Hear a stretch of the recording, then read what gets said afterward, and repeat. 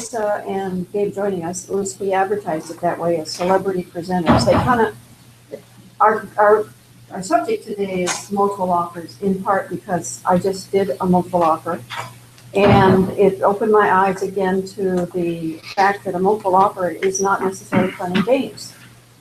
It can be dangerous.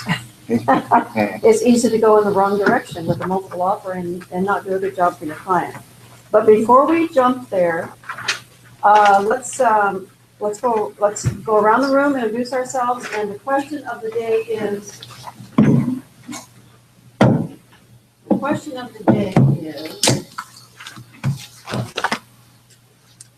who's your favorite person today, starting with you? Oh, my favorite. Yeah, we have to have your name. Oh, my name is Joan Clark, and my favorite person of the day is my husband, which is a little unusual, but he does keep me going and encourages me. Wonderful. I'm loving that. Willie? My name is Willie Brown. My favorite, I can't have one favorite. It has to be two. It would definitely be my parents, who I miss every day. You know, we're no longer with me, but gave me the upbringing to be who I am. They did a great job, Willie. Thank you. They did Thanks. a good job. Thanks. I guess I should take my mic with me. Okay, please keep going around the room. I see some new faces here again. Love it. My name is Kimberly Smith, and my favorite person of the day is my dad because he is like behind me and he's supporting me with this whole real estate thing. So You need a lot of support in this business, don't you? I do. Lots of support. Hi, my name is Lisa Staniforth, and my favorite person of the day is my husband. Like the First Lady said, is he doesn't normally, he's not normally my favorite person, but he's Happens a lot. he's doing really well today. Does he support you in this business? Oh yes, definitely. This is a hard business for our spouses who get a real paycheck on a regular basis to understand when they don't see us getting a paycheck and we're never home, right? Mm-hmm. We probably should have a whole discussion Monday about that problem. Welcome. Good Well, to see you here. Very Thank you, experienced thank you, licensee. thank you. We highly respect. Go ahead. Name? There's always something new we can learn. That's why we do this. Linda Friday Cardoza and Gabe Stephan Is your favorite person? is my favorite person today. There's probably a reason. for There that. is a reason. What problem did he solve? I had 4 offers on a property this weekend, and he said, come to the meeting. I'm loving it. So, So those offers are on hold till after the meeting? oh, no, we've done our thing. We're good. Thank you, Great. thank you. Gabe, you were just announced as a favorite person. Oh, yeah. I'm sure that's nothing, that didn't come from me in this room. Oh, it came from Sally. She thinks highly of you, at least for the moment. Well, I'm the other Sally. I'm sorry. I'm sorry about that. is someone sitting over here? No, you're sitting there. Perfect. Sally, have a seat. I just called Linda Sally. Name? Anthony Ferrero, and my motivation of the day is my son, who always pushes, is my motivation to go push. He's your forward. favorite person today? Yes, it is. Today and every day, because I push forward for him. How old is your son? He is currently 6, just turned 6. 6, and he gets hungry, so you have to work. Yes, I do. Makes sense to me. I'm Lane Rao. My favorite person would be my wife. For the day, anyway. For the day, most days. Rarely is she not. And she does support me and is very understanding about the real estate business I'm in, because just last Sunday, I had to cut out on a barbecue to write a deal up. So, Did you get accepted? and she wasn't bitter about it at all. She wasn't bitter about it at all? No, Wow. it tanked. That's what oh, no! Does she know Waste that? of a barbecue. Teresa, get comfortable. Does she know it tanked? Yes. How come? We'll call this the category of the problem, a problem. Oh, What I happened? met a gal at an open house who wanted me to write a deal. So I wrote up the deal. Then when she's signing it, she wanted me to hold it so she could have her final decision in the morning. Then she didn't want to do it. Ouch. Yep. So did you have a 2-hour buyer interview with this buyer before you ever showed her properties? I didn't. I met her at an open house and she wasn't even pre-qualified. She had so shame on me. Bad person. But, But that's okay. That's a good learning experience. It Don't was. tell your wife the whole story, okay? Okay. She probably won't want to hear that. Name? Paul Lambert. I guess my favorite person right now, I have quite a few of them. I love to read books on, people who are successful. And right now I'd have to say mine was Will Smith. I just saw a interview with him and it was awesome. I mean, he was talking about how, you have to be your best person every day. You have to do things not just right, but as perfectly as you can. And you have to give to others. You have to help other people, get successful too. So, it's not, he's just not one big selfish guy who only focuses on himself and his success, but he tries to help others get there too. And Paul, how many do you have in pending right now? 11. 11. Wow. Congratulations, Thank Paul. you. That's hard work. Okay. This is Robin Hayes. Robin is my secret weapon. You never see her because she's always below the radar. But Robin is my only buyer rep right now. She has a real job with the school district with benefits. I would love to steal her away, but the only benefit with me is just the pleasure of working with me. But I can't pay the medical bills. But anyway, she works for the school district and she does buyer rep work, evenings, weekends, open houses, et cetera, et cetera. And she is really amazing because she does the buyer interviews with me. If it's a buyer that we're going to hand to Robin, Robin comes in and sits down with me and we do the 2-hour interview with the buyer. They get to know her. But what's amazing is she watches the MLS stats every single day and she has this amazing memory. And so 3 houses will pop up in our search in the buyer interview and Robin will likely know everything about every one of those houses. So she makes me and the team look amazing. Welcome aboard. We put her on a team already. She'll be with us into August. So now let's have your name again and your favorite person today. Robin Hayes. My favorite person is probably my husband because he lets me run with crazy ideas like getting a real estate license and being gone evenings and weekends and, missing things. So yeah, definitely. Okay, this is our big dog. What's your name? Gabe Stephan, Your favorite person? favorite person of the day. Just today. The person that is delusional enough to think that I'm their favorite person for the day. That would be her. Yes. But I will add that it probably has to be my youngest son for the day because he turns 12 today. So, yes. So how are you going to celebrate, Gabe? All of my kids always get wherever they want to eat, night out. We all go to dinner as a family and then, normal birthday present. But yeah. Yeah, we try to do the same thing in my family. My kids get to pick the dinner that I cook for them, and then they get to have the activity they want. And on occasion, they want to climb flat top. Oh my gosh. I can climb flat top, but I'm so afraid of heights that I'm just trembling all the way up and all the way down. Okay. Welcome aboard, Gary. Hello, Name and Kathy. your favorite person today. Gary Cudel. My favorite person every day is Jesus Christ. Ooh, I'm loving that. Yay. My name's Lee. My favorite person today is Amanda because she answered the phone. She's a client and she's very difficult, but she answered the phone today, so she made my life easy today. There you go. So, Teresa, we're glad to hear. Hi, thank you. Teresa Block, who my favorite person of the day is my mother. Oh, I love my mom. well, good. She's wonderful. We probably love her too. I bet you would. Welcome. Hello. Name and favorite person today. Come on, this isn't a hard question. In real estate, It doesn't matter. In the world. In the world. In the world. I think Jeff Gordon's the greatest person ever. Jeff. Jeff Gordon. Is that the car driver? Yeah. Oh, He's retiring this year. I'm really sad about it. So. Oh, we didn't get your name either. Oh, my name's Charles Stone. Of course so. Okay, I'm Kathy Fernandez, and he's watching us. So my favorite person today is my husband, Vince, who actually is extremely supportive of my real estate career and has been for 40 years. He's so accustomed to not seeing me that he just knows I exist. All right, so any field problems? Any field problems? We've got our big dogs with us. They can solve them. Gabe and Teresa. Really? None? None? Okay. How? I know, we're done. Our work here is done. Okay, I need 2 success stories that you can share with everybody, please. Who's got a success story? Yes, ma'am. Short and sweet. My buyers wanted to put an offer on the first house that they saw. And did they do that? Did they put it on and it was accepted? Well, in the process of doing the offer right now. So Okay, that's a good start. Not to be a prophet of doom, but I've learned that anything that's in this business that's easy on the front end usually gets really hard on the back end.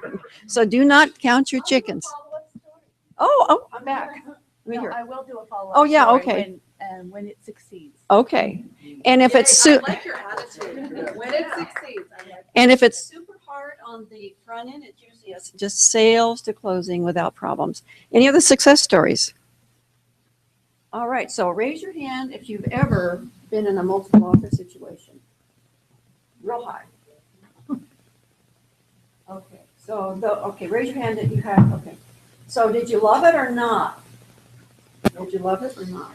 If I was listening, I didn't mind so much.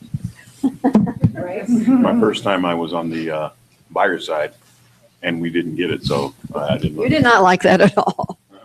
Well, a multiple offer situation might sound really good to the listing realtors and to the sellers, but it can turn on you as well. And since I don't do training like Teresa does daily, and I don't see problems like Gabe does daily, yesterday I actually sat down with Teresa to kind of pick her brain a little bit for this presentation today because things do change in this business. So we have a handout here. Everybody got one of these handouts here, I'm hoping. Okay, why don't you grab this multiple offer handout? Gabe needs one. Okay, okay. All right, so it'll be underneath here. Okay, let's just go through this and then we'll fill in the blanks. Okay. Oh, you know what? I saw Gary looking at our points. Let's jump to points really fast. Sorry about that. Let's go into our points. Our winning team is John Wilson. So far winning with 849 points. And for newcomers here, who haven't been here before, we get points even for wearing a name badge. You get points for name badges, for open houses, for the number of business cards you hand out, for attending meetings, for prospect calling. And so the winning team is John Wilson. He's captain of that particular team. He has 849 points. And since May 19, John Wilson has made 205 prospect calls. He is a real success story for those who don't know. Does anybody not know John? He's remarkable. You know where he prospect calls? From the phone book. From the phone book. He started with Gabe. Where is he now, Teresa? I can't tell you. He starts with, he's not calling past clients. He didn't have any past clients. He's calling from the phone book. And if you'll look at the points, since May 19, he's had 6 closings. Isn't that amazing? Yeah. And he's primarily working hard on prospecting. He's doing it hard. In spite of the fact that he has business in the pipeline, he carves out 2 hours a day to make phone calls. It's really remarkable. We're really proud of him. The next highest point getter he is the highest point getter on this team with those closings. The second place team is Melanie's team. With 703 points, and no surprise, Melanie is the top point getter with 128 business cards that she's handed out since May 19. And our third place team, Chris Hughes, is our captain. And our high point getter on that team is Dan Puelas, and he has 135 points from business cards. And I want to compliment Lee, who's also one of the higher point getters. She's handed out 100 business cards. No. That not you? Oh, that's Chris. I'm sorry. You've handed out 25 business cards. Right. Okay. So take it. And even Robin has points. So we put her on the second team, and she already has points. 12 name tag wearings and since the 19th of May. Now let's jump to multiple offers. So we've already asked the question, do we like multiple offers? And you said yes if you are the listing realtor. Okay. So fill that in any way you want. Do you like multiple offers? Yes or no? Does anybody know? I love them. It's on the back. It's on the back. Keep going. Teresa also gave us a buyer and seller guide to multiple offer negotiations. This is very interesting information and something you might want to give your sellers when you do the listing. Obviously, we have to be careful of one thing to hand this out. what would that be? We hand this out to our seller clients, a buyer and seller's guide to multiple offer negotiations. What would we have to be careful about? That we're not promising a multiple offer situation. Don't give it to them like you're assuming there will be one.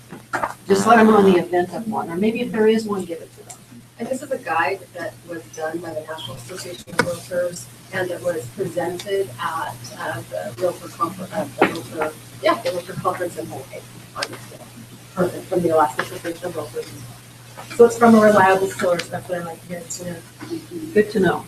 Number 2, in a multiple offer situation, who makes decisions about how to handle multiple offers?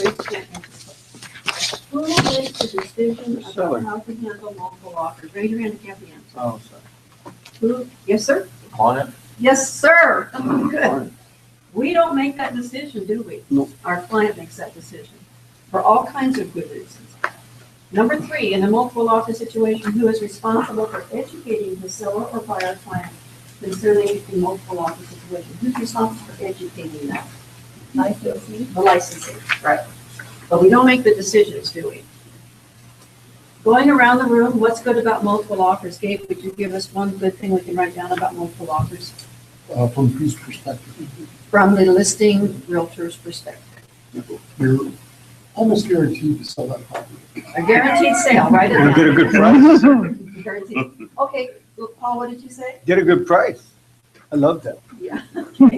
That's how you create urgency. So what do we do when a buyer client says, Kathy, the only reason that you've asked me to consider making an above list offer is because you're going to get a bigger commission. Has anybody ever heard that? Yeah. You're right. Okay, let's do the math. So you are suggesting that your buyer may need to sweeten the offer by $1,000. How much is the commission on $1,000 if it's a 3% commission? $30. Okay. If you have a buyer that's leaning in that direction, Robin and I did several years ago, it doesn't happen very often. If you do the buyer interview, a lot of these problems go away. But we did have a buyer that sat back in his chair and folded his arms across his chest and said, the only reason that you want me to make a better offer is because of a higher commission. And I'll tell you, you know, I want to come across the desk at him, but of course because I've heard that before, we just did the math. And Charles, you're right, it's $30. Show it to them. That's not the point. Keep going. So what else is good about multiple offers? We have 2 answers so far. We need 2 more. My experience, ladies, is under the table. Okay, he beat you. What? You get to pick and choose who out of the people that are putting an offer, who you feel is more qualified to go to closing. Who gets to pick and choose? The seller. Thank you. All right, yeah, you have some options and some choices. Okay, I know you were thinking, ladies. We came here to learn, lady. Okay. It's a quicker sale typically if it's there. All right, so There are some caveats though. that's where we're going. Okay, go ahead. Problems. You could get higher than the list price. And and so what kind of problem does that create, Willie? It has to appraise. Yeah, it has to appraise. Right. And there's another caveat. Yes, sir, what? If you're doing one of these funky deals with First National Bank and you increase the price or have them pay higher than asking price, and you try to get one of these sideline loans or any extra money over there, it throws all kinds of monkey wrenches in the deal. And that higher offer could very well be the dead offer. That's why the best offer is not always necessarily the highest dollar amount. It's the deal in its totality. Right, the full deal. The price and terms and net to the seller, right? Net to the seller, okay. Piggyback a little bit on what Willie mentioned. You can also run into buyer remorse. If they are the highest bidder, they get the deal, then they start wondering, should I have? Did I pay over what I should have paid? There is that too. Okay, yeah, and we got into that with. I'd have to write in my offer that you have to show me, that you have to show me a bona fide offer. I'd love to talk about that if I can. Oh, please, yeah, go ahead. And I will say in generality, an offer that is written and presented to you as a listing licensee for your client seller, that offer, you are not bound by any of its terms and conditions. So when you say, is it legal? They can write anything in an offer.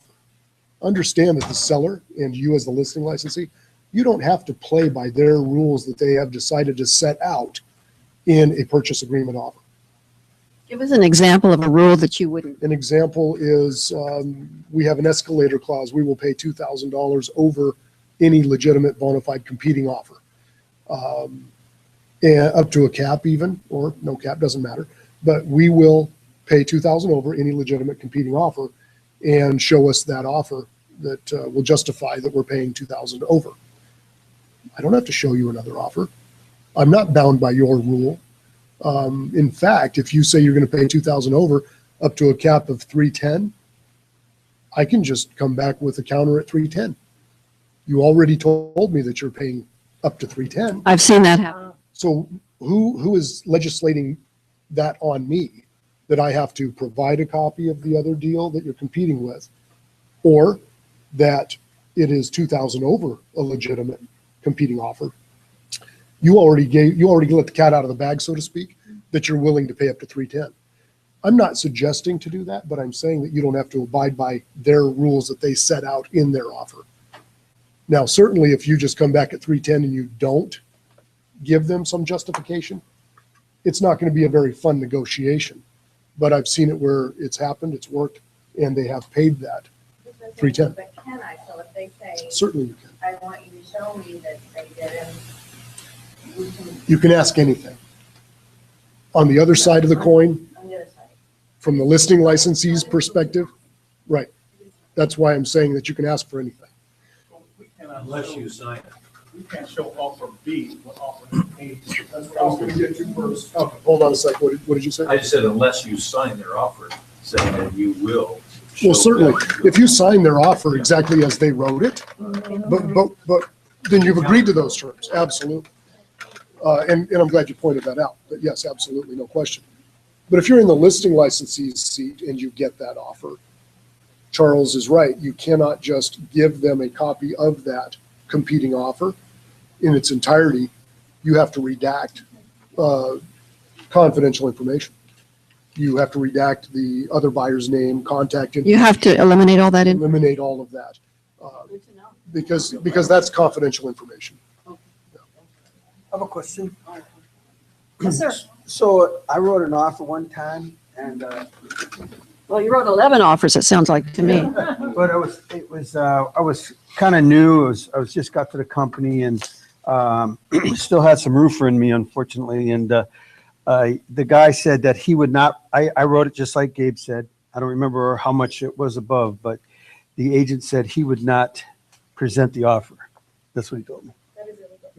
And he goes, and he started mouthing off at me, and I just got into business and said, "Hey, dude, where are you?"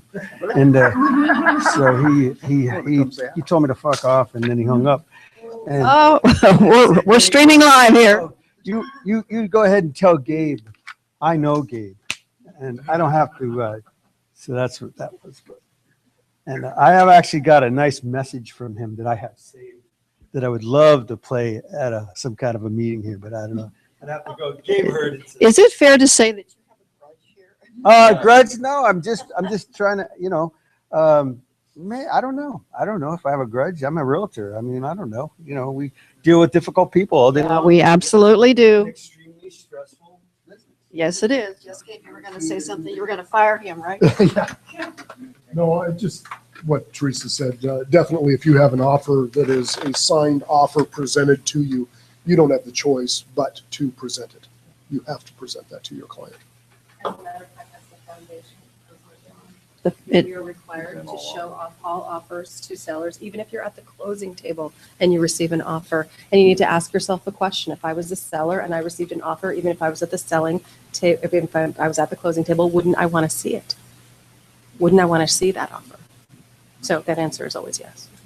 But doesn't, when you accept an offer, doesn't it say that we are no longer trying to sell the property. We have sold the property, now we're trying to close it.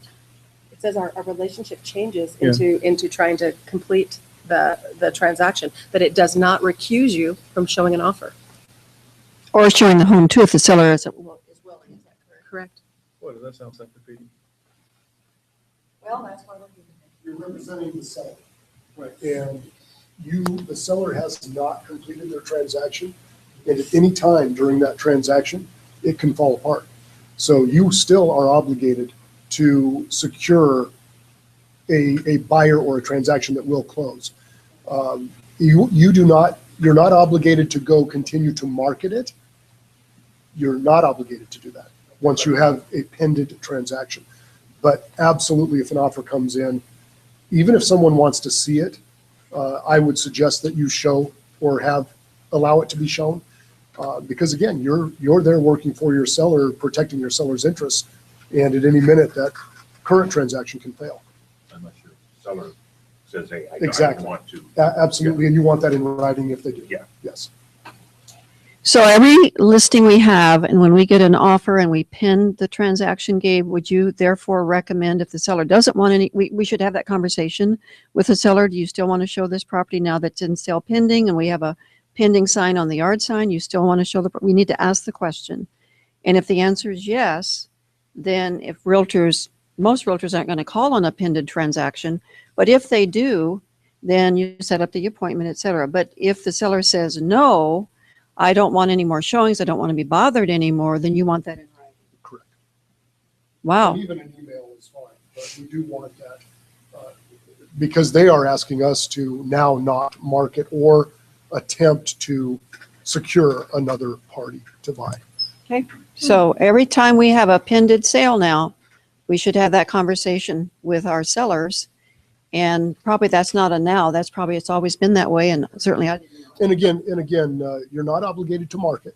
That's in the realtor standard practice. But if another offer comes in, you're obligated, obviously, to present. And you're correct, you are allowed to change your focus. Yes. And that's exactly what our AREC says, is you're allowed to change your focus into completing the transaction. I've had that situation. Years ago, Gabe had actually been involved in it.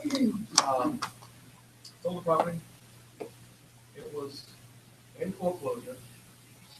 In the middle of a divorce, that was an ugly divorce. So ugly that the wife actually put holes in the walls as she left because the judge forced her out. And I got the thing sold. And we were within a week or so from foreclosure. And we did get another offer right beforehand. And my situation was, I cannot accept this offer, or I can tell you what it is. I can talk to both of you guys about it. The problem is if we do this, you will be foreclosed on because the bank is giving you a set date to close or you're out. Vacate. Yeah. I said, so right now you got 50,000. On Wednesday, on Thursday, you have nothing. So do we want to flip this coin, or what do you want to do? What'd your seller say? The seller didn't. The seller's attorney made this decision for them. Oh. Which was the judge says get rid of it. And that's the only way that the attorneys were going to get paid. That's the only way I was going to get paid. And that's the only way it's going to get out of the name. So I had a legal situation on top of everything else. And judge's words, this is what you are to do. So at that point, I don't listen to the seller anymore. You did what? I said at that point, I didn't listen to the seller anymore. I went ahead. Listen to the attorney. I listened to the attorney and the judges. He gave me. Did the attorney suggest did they move with the offer on the table or look at the second? The attorney says if there's enough money to get it closed, get it over with. Because that's the only way out at this point. They'd fought so long that it pushed us into foreclosure. When they started fighting, they weren't in foreclosure. So that's Anybody had any there's some complicated offers like deals like that? Linda? Can get complicated. Yes, ma'am. I had an offer received while we were at the closing table. We had to present the offer. And even though they wished that they could have taken the offer, it was higher. They could not take the offer because when you're at closing, you are obligated to complete your transaction, or you can start a whole nother kettle of fish, which is forcing the sale to actually transpire. I did work for the seller, and it was even though you are required to show it, they could not accept it. And it was higher. They could, however, a lot of ramifications. Well, a suit for specific performance being one of them. Those are ramifications that we don't want to go into. I had a situation, and I asked Gabe about it about a month ago. We had an offer on one of my listings, and let's see, how did this go? A second offer came in that was higher than the first offer. And the seller asked me, we were in sale pending. A higher offer came in. Seller said, can I now go back to buyer number one now that I have a better offer on the table, and ask buyer number one to match or increase this offer on the table? And Gabe answered the question. What do you all think the answer is? No. Actually, I didn't answer no. I answered yes. You certainly can go attempt to do that. The buyer certainly can stand their ground and say, I have a purchase agreement fully executed. No, I'm not paying more. And they would be right. Could the seller get out of the first transaction? The seller can certainly default. The seller can attempt to terminate, but then it is up to the buyer how far they want to push that. And I'll tell you, when a seller defaults, the buyer has everything available to them to go after damages and potentially force the sale to occur. So you don't ever want to see a seller default. When a buyer defaults, the only thing there is the earnest money for the seller. But a seller default is different, and a buyer has everything available to them. Several years ago, we had sold a little tiny condo to actually one of the young ladies that worked with me. And we were maybe a month before closing, and I got a call from the other realtor, the listing realtor, a good listing realtor. And she said, Kathy, I'm so sorry, but my seller has changed her mind. And I looked at my little buyer, and she said, she was tough. And she said, that's a house I want to buy. And I'm thinking, oh my gosh, what am I going to do now? Because I felt we could probably find another home for her. And if you don't have, and if you're working with another realtor and the seller doesn't want to sell, there was going to be a lot of problems with that as well. But my buyer stood her ground. And so I called the other realtor and I said, I'm so sorry, but if the seller does not finalize this transaction, she and her family will sue for specific performance. The other realtor didn't like it, didn't think highly of me. I didn't care. Real estate for us is not a popularity contest. And we closed the transaction, and the other realtor and I still have a lot of respect for each other. So we have that right. Like Gabe said, if a seller defaults, it's a big deal. Okay, number 5, what's not so good about multiple offers? Yes, another kind of worms here. Let's go around the room. What's not so good about multiple offers? Gary, you probably know. More work. Yeah, it is a lot of work, isn't it? Yes. Anybody else? Becomes a bidding war, possible becomes a bidding war. Okay, that's good. It's not what I'm looking for, but that's absolutely correct. Anybody? It creates confusion with the seller who's not used to looking at rows and rows and rows of numbers. And they may be confused of what is the highest deal versus what is the best deal. Because the guy who's offering a high price wants everything fixed. Put a new roof, new foundation, new sun that sets on the south side of the house. And then you got this other officer says, I'll take it as is where it's for what you asked for it. Yeah. You know, which one's the better deal? The better deal is the quick and easy for yourself, realtor. I know we can't say that about ourselves, but if they're going to create another 10 or 20 grand worth of stuff that you have to overcome, that's that offer is setting your seller up for ultimate failure.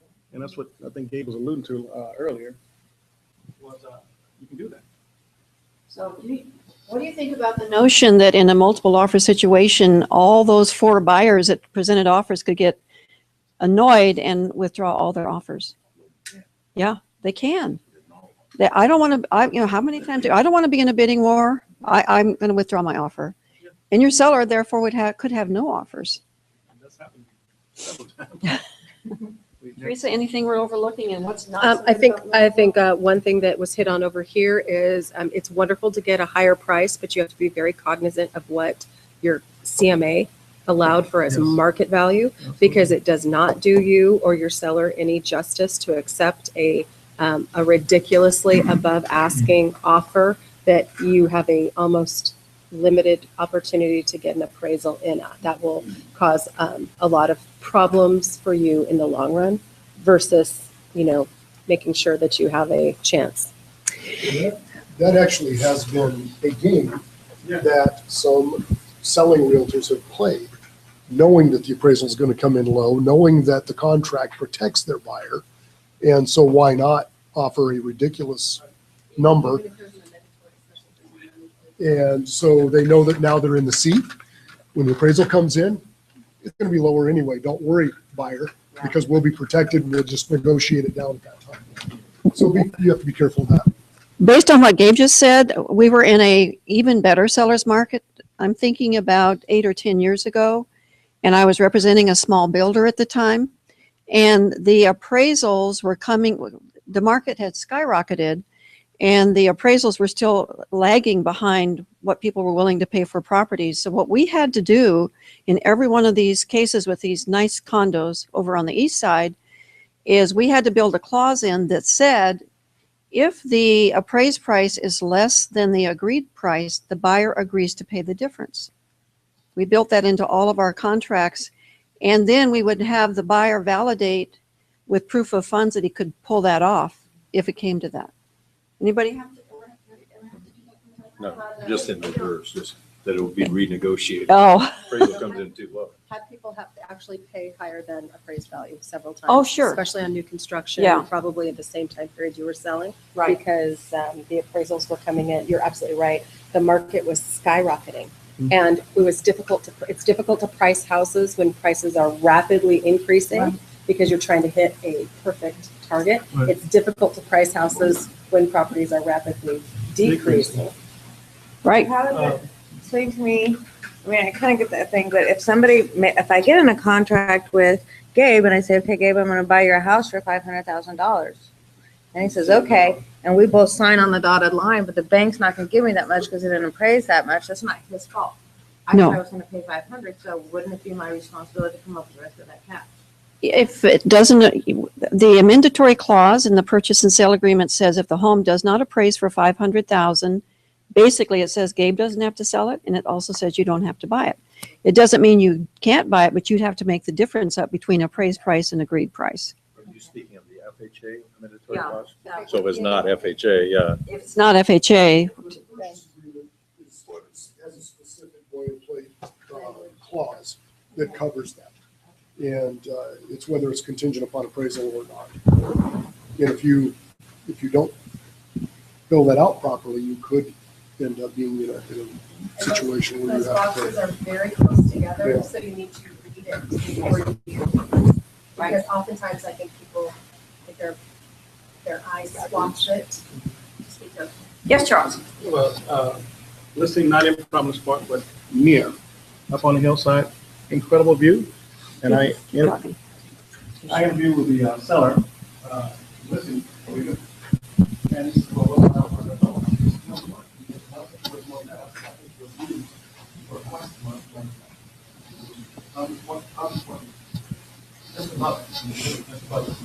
and I said, here's the problem if you want to list it at $100,000 more. I said, when the appraisal comes in, you're going to be pissed at me. You're going to want to fire me. The buyer's going to be pissed. I said, and the deal is going to tank. I said, no one's going to write you $500,000, write you $100,000 over and above that. And this is cash deal. And that thing happened. We got an offer in way at his number. And I said, the comps does not match your house at all. I said, this is going to be a train wreck. And so he says, okay, Mr. Stone, you don't have to work for us anymore. I said, I tried to tell you, listen with the next agent. And that happened. The next agent. And that's where also it's somewhat similar to that. The perception of the seller client can be, depending on what led up to your list price, can be that you have now lost credibility with them. If you obtain multiple offers, they're going to say, you told me to price it too cheap. So you have to be careful with that too. I made him sign me a letter stating that before. Yeah. I said, this is what my advice is. This is what you want to do. I'll do what you want to do, but you understand that this is what I'm finding in the numbers. And then to kind of piggyback on this, the other thing that's really important for you to know is you guys need to absolutely know your numbers when it comes to a net. You absolutely need to know your numbers when it comes to a net. You actually, when you have multiple offers, have to take all those facts, facets, and factors into consideration when you are sitting down and evaluating the number value of a net to a seller. And if you're not 100% sure, you need to be checking with people. You need to be calling. For example, if it's a USAA loan or if it's an out-of-state lender, you need to be contacting the lender to get their costs that they might charge to a seller that might be over and above what would be normal and customary in our market area, because you could make an entirely ridiculous assumption that other banks don't charge the same thing as similarly situated purchase agreements that you have seen, or other costs and fees that you have seen. You could be using the wrong dollar values, and you can be in a situation where you don't have the correct numbers when it comes to evaluate a net. So you want to, as a listing licensee, contact the lenders and ask for a schedule of their fees to sellers as well. Okay. Good idea. Okay, let's move on. I think we've scared everybody away from multiple offers now. Okay, number 6, does the listing licensee have to disclose to the selling licensee that there are other offers on the table? Does the listing licensee have to disclose? What do you think, guys? Teresa told me no. Teresa, why don't you touch on that? There's absolutely no obligation on behalf of any licensee to disclose that you have a multiple offer. No. Why wouldn't we do it? Because for the same reason, some of the pitfalls that we were mentioning, that it actually can work to the disadvantage of your client, and you can end up with no offers on the table whatsoever. Interesting, yeah. Part of your National Association of Realtors Code of Ethics. The seller and asking them how they want. Exactly. Yes, yes, yes. Yes. With your seller's permission that you disclose you have multiple offers. It is not and you do have no right to demand to know whether or not, I mean, you can demand to know anything you want to. When Gabe is correct, you can ask anything, but you have no right to demand, or they have no obligation to let you know that you don't have multiple offers. Gabe, that works for Gabe.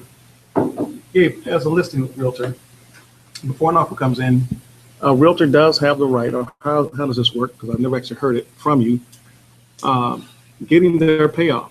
If they don't want to surrender their payoff or sign a payoff sheet or anything of that nature, I tell people all the time, I said, what you're going to get is based on what you owe. I said, so I want to see all the terms of your bank and get a payoff if we can, or at least let me see the last pay statement. That would give me a pretty good idea before we go to payoff. A lot of times they don't want to tell you what that is. And I said, sometimes I've not listed a property because of that. Well, I'm going to answer that. With every listing, you're going to want to do a net sheet, right? Mm-hmm. And if they won't give you the payoff, then you have to build in the contingency. This is what you're going to net before your mortgage is paid off. Do you owe more on your mortgage than what you're going to net? But Gabe, you probably can expound on that. I think net sheets make a huge difference, and I make my sellers sign the net sheets, by the way. They sign them. And first of all, I'm going to say that I would have a hard time working for that seller if they're not going to be open and transparent with me. And if they're unwilling to tell me what the debt is, that's going to be a big red flag to me. Or am I going to waste my time and waste a buyer's time and other licensees' times just to find out we can't do the deal? And am I going to put my client in that position going to closing and then finding out they have to bring money to the table, which they may not have? So I would have a real hard time with that. I would, just as another way of handling it, I would pull property profile, see what the last deed of trust and note were, so that I have a fair indication if there's going to be equity. I have sellers who ask to say, one week before closing, and do a streamlined second to not a refinance, but a second onto the property. And so at closing, I'm getting these funky numbers where the seller's number is extremely backwards. And we're sitting close to them, I go, how did this happen? And what they're expecting me to do was take the difference out of my commission. Oh my gosh. Another reason for a net sheet. My job was to get it closed, even if I was not gonna be compensated. And that was ugly. That turned real ugly. Did you say no? I did say no. Good for you. Good for you. And they didn't want to start with the money, but it eventually Worked out. closed. I've not seen or heard from the people since. That's okay. You don't need them. Okay, number 7, does the listing licensee have to disclose that there are other offers if the listing licensee is asked that question by a selling licensee? You don't have to, but The answer is no? no. It's still as your client wants. Yes. But Thank you. with a caveat. Don't lie. Don't lie. Same thing as an appraiser or a lender saying, was there a home inspection on the property? None of your business is a good answer. I'm sorry, but that's not something that we're going to discuss, is another good answer. That's not something that I am at liberty to discuss with you. But you are not going to say no when there was one. You have to be honest. Also, don't come and say you think you're going to be getting offers in, or you hear you're going to be getting offers in, or otherwise deceive someone into taking my gosh. action. That is ridiculous. Let me ask a question. Do we think in general in this room that there are realtors, listing realtors out there that will say they're expecting an offer in our market today, in fact, when in fact they aren't really? Do we think I that's? know several realtors I know who, every time I call. Everything, every listing ever come about. Yeah, oh yeah, I got one coming on that right now. I said, so I shouldn't take my clients by the SID. Oh, no, take them by the SID, but. Yeah. So I tend to say, okay, you have a couple offers on the table. Thank you for sharing that with me. And who were the other realtors? I always want to know who the realtors are. We learn a lot from who we're negotiating against, don't we? And I'm always surprised when the listing realtor doesn't want to tell me. Why not? I mean, if I were a listing realtor and these ladies had already written an offer, and I would want the other realtor, the other selling licensee to know who wrote that offer, because that might get that other realtor to write a better offer, knowing they're competing against these experienced ladies. So, Gabe, is there anything wrong with answering that question and giving the names of the other realtors? As with most anything, there are pros and cons. That can also work against you. You're right. It could discourage an offer. If they not only discourage from bringing an offer, but they can also say, oh man, they're nothing. I've worked with them before. Those guys don't know how they don't know how to structure a deal. I'm not saying that. But it can work against you as well. But I think more to Kathy's point is you can ask, as we've said, anything. The more information that you can glean, the better it is for you as in representing your client. Information is knowledge and power that you can use in your negotiating strategies with your client. But when it's the other side of the coin, when you're the person being asked, you do not have to divulge that information. You may decide that in this particular instance, it's not going to be beneficial to you and your client to divulge. You may decide that it is beneficial. It goes back to whether or not you want to answer the question, or your client has instructed you as to whether you can answer the question of, is there multiple offers? Well, if you're not instructed to say yes, then you better not say yes. Good. Up to the client. My question is, I just want to know that the listing licensee is not the one writing the offer. That's in the notes here. Yeah, that's a great question, isn't it? Well, So what if you learn that it is the listing licensee that is writing the offer? What do you do then I ask him if the broker is going to be there. for the presentation? Mhm. Do we understand the problem here? No. I'm the listing licensee. I've got multiple offers, but I've written one of the offers. Oh, I have a unique, don't I have a unique advantage? She knows what all the other offers are. And guess what? She'll make more money too. Oh, double, as a matter of fact, double toilet trouble. Well, and worse than that, not quite double in those circumstances, because you're going to save your client a point because you want your deal to go through. But that's the problem. So the last one I did where the listing licensee, who was just a lovely gentleman, and I believe him if he does everything by the book. He had written an offer on a property that, in fact, one of my other assistants, I guess I only sold to a station of the offer to the sellers. Not unlike, is the broker going to be present? I didn't want this offer to just be handed off to the other realtor, and I didn't give him the offer until we were all sitting down together, him, his sellers, and me. And we prevailed. It was a good offer. We had to write a good offer. We knew we were in, but he allowed that. Have any of you not been allowed to do a personal presentation? We don't do much of that anymore, but has anybody been turned down on personal presentations? Yeah, I've been turned down before too. Great, good, yeah. Most people are lazy these days and don't come, but it'd be nice if they did show up because our seller client can appreciate maybe who is buying. Who they're going to be working with. And it may be that their lower offer could be accepted. So management, do you think that we should go back to personal presentations?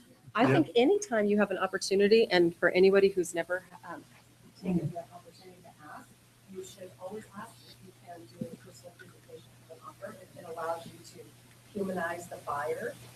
It oftentimes allows you to compliment the house, and just based on your presentation, you can prevail. I think I'd be scared to know that Sally Nickerson or Linda Cardoza or Captain Fernandez was going to be presenting to my client, because they might make me look bad because they're that good. So that might be concerning. They're that charming.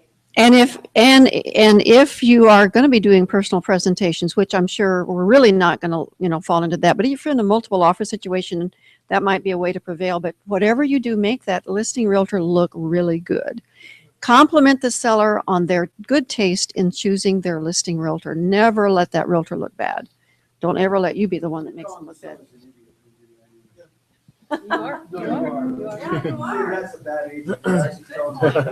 Yes, sir. I got that very same scenario with an agent here, and I want to present my own offer. He says, well, go right ahead. And he didn't think so. The people kind of stern and really close to the vest kind of people. I said, on top of these folks, one good thing I've learned is you can answer the seller's objections as it pertains to your buyer, because the listing agent doesn't know your buyer.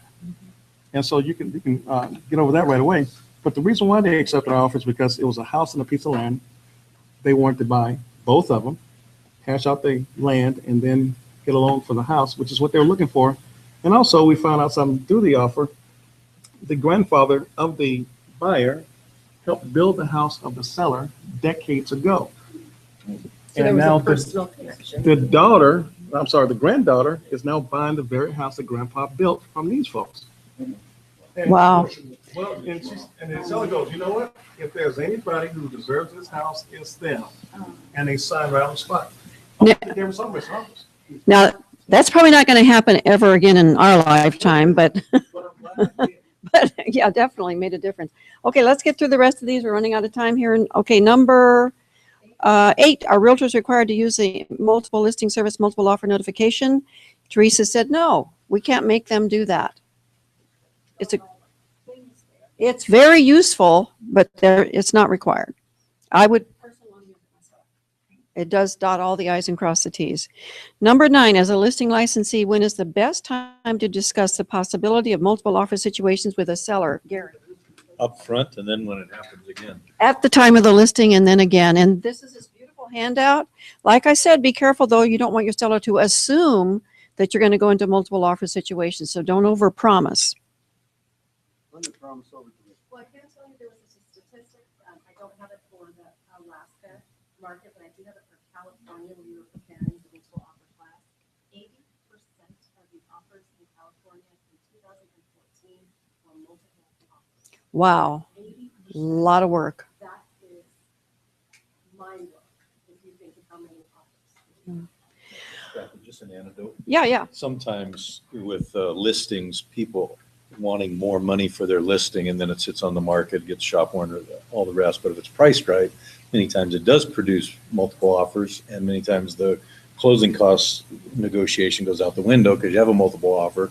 So sometimes when you're presenting the whole concept of multiple offers, you can say if it's priced right, the likelihood of getting multiple offers are there. And therefore, That's good. you're not only instructing them, but you're getting a price that's reasonable. Good point. Okay, does the listing licensee have to prove to the selling licensee that there is indeed multiple offers? We've already said no, right? Okay. I would have a caveat, unless you're telling people there are multiple offers. Then you better be prepared to produce You have some proof. to. Good point. Number 11, but what about the instance of an escalation clause in the buyer's offer? So in other words, do you have to prove to buyer number two's realtor that you had an offer if indeed buyer number two had an escalation clause? Depends on how it's been written and depends on what the seller says. Gary had a good point earlier. If you're not signing their offer as it is written to say, provide a copy of the competing offer, then you do not have to, as I mentioned, play by their rules. If you're going to counter just countering at their top end, you're free to do that. You don't have to provide any. Okay, is it okay for a listing licensee to shop a buyer's offer? Is it okay for, okay, I get an offer from another realtor, and I know that there are two other realtors that have an interest in this property. I've got a good offer in hand right here, and the date to consider that offer is noon tomorrow, okay? To respond to the offer. It's still a good offer until the buyer might withdraw before noon tomorrow. Is it okay for me to pick up the phone and call the other three realtors? There is. Yes, it is. Yeah, that's your job. That's your job. Okay, number 13, in a multiple offer situation where buyer has opted for an escalation clause, should the verbiage speak to the highest and best price in terms to the seller or highest and best net price in terms to the seller? Which is the right answer? Net. Yeah. Make sure that net is in your verbiage also. It's got to be in the verbiage of your offer. Mhm. Number 14, depending upon buyer, we've talked about this in trenches before, depending upon loan types, is it okay and perhaps even a good idea for the buyer to opt to pay some of the seller's costs in order to make the buyer's offer more appealing? Seller's cost would be appraisal or the title policy. How many have had to do that to prevail? Yeah. I've had buyers, not very many, but I've had buyers, once you spend some time with them and they believe you and they really love the house and they want it in a multiple offer situation, I've said, look, let's consider you pay the appraisal and maybe pay for the preliminary title fee. So that was going to cost him another, I'm going to say $2,000. He was very happy to pay that, made a huge difference. We got the deal. And I didn't create that, by the way. I learned that from another very smart realtor several years ago.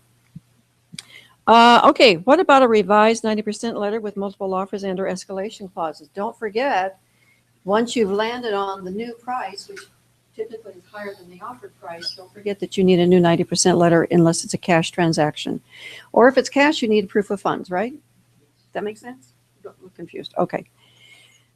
In a multiple offer situation, is it okay to ask the listing licensee if he wrote one, or we've already answered that question? Yes, yes, yes.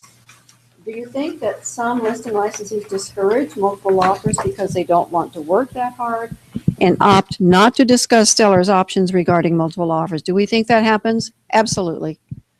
Absolutely.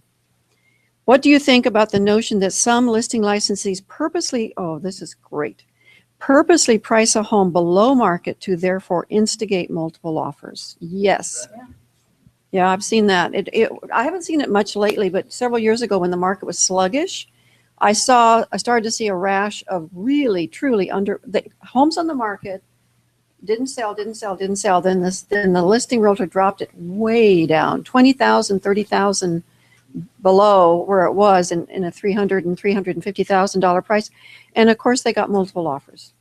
So what do you think about that strategy though, Gabe? Is that a good thing to do? There must be some things that would go sideways with It's that. risky, certainly risky. But I think that pricing it aggressive, I would say it that way, is a very good strategy. And in a very good seller's market, it can be a very good strategy to create that buzz and the multiple offers. It's going to be very rare that somebody's going to bring in an offer exactly as what your listing, how your listing is written. Number 19, and the word should be underpriced. Have you ever underpriced a listing? Yep. Yes, I have. Who knew? Who knew? It was just, the home was just a disaster. And I underpriced it, and my people, what was that? I said it was a disaster, it wasn't in the price.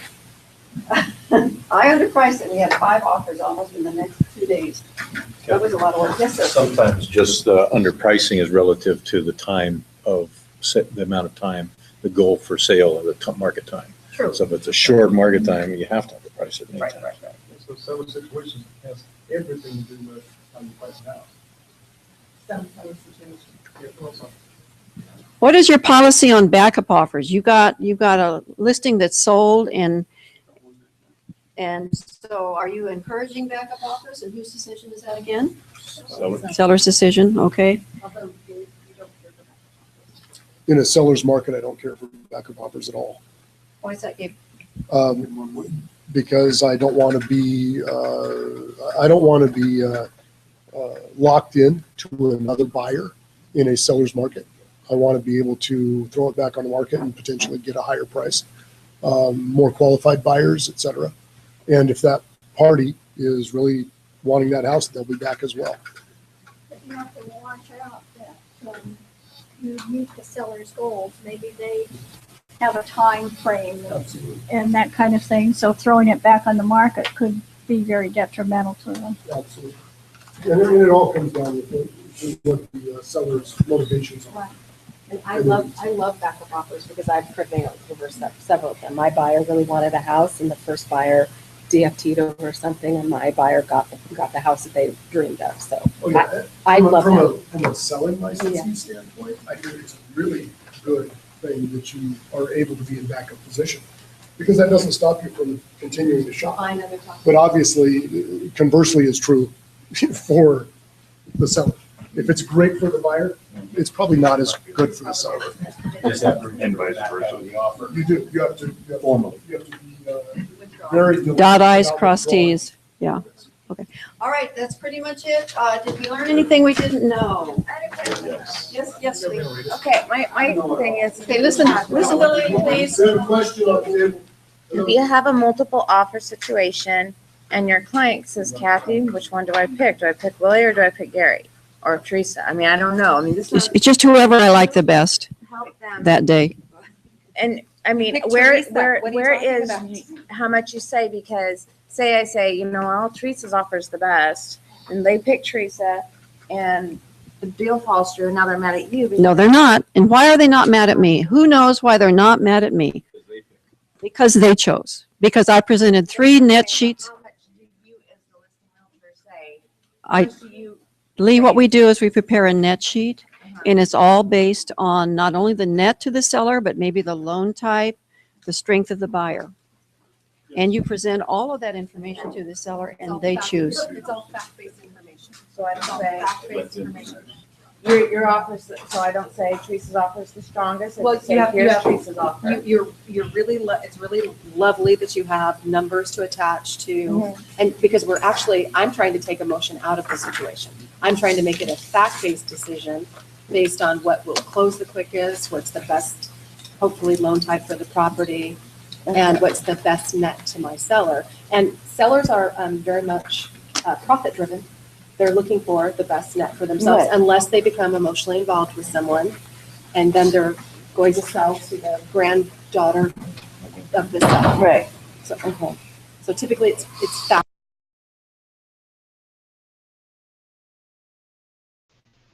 It's not, it's business. It's all business. No, I totally understand that, but I'm just saying that if I had, and say his offer looked better on paper, but for some reason. You think Gary's better to work with, or what? No, I'm not talking about him as a. I think what your concern is if Gary's offered DFTs, you don't want the seller mad at you. Right. And so how do How you? can they be mad at you when they made the decision about which offer to take?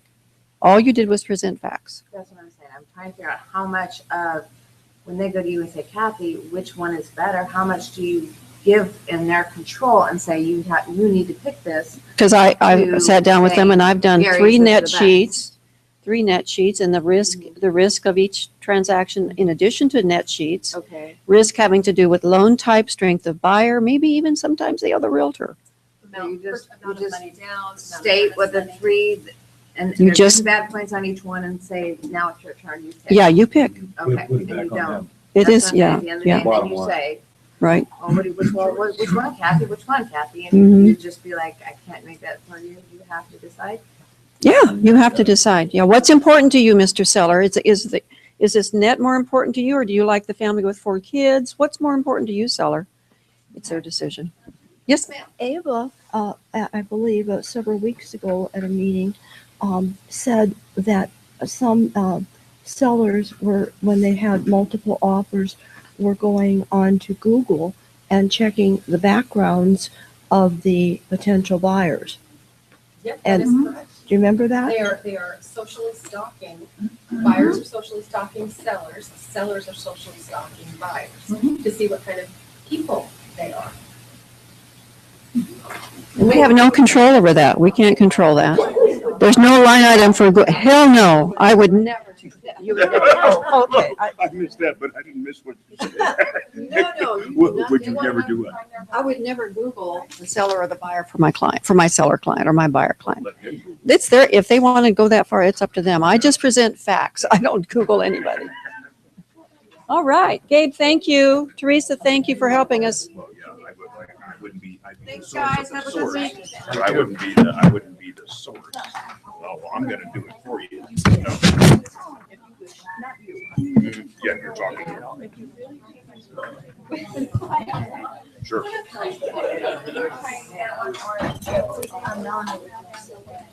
Sit there, let's go get that bike, go right around this beautiful sunny day.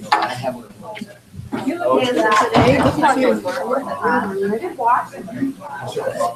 Oh, okay.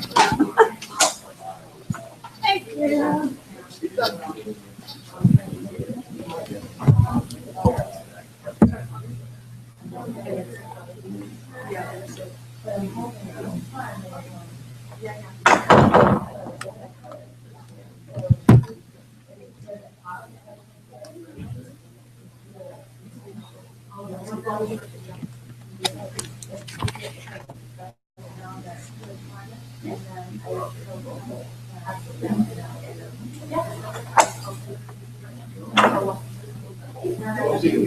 I got a question.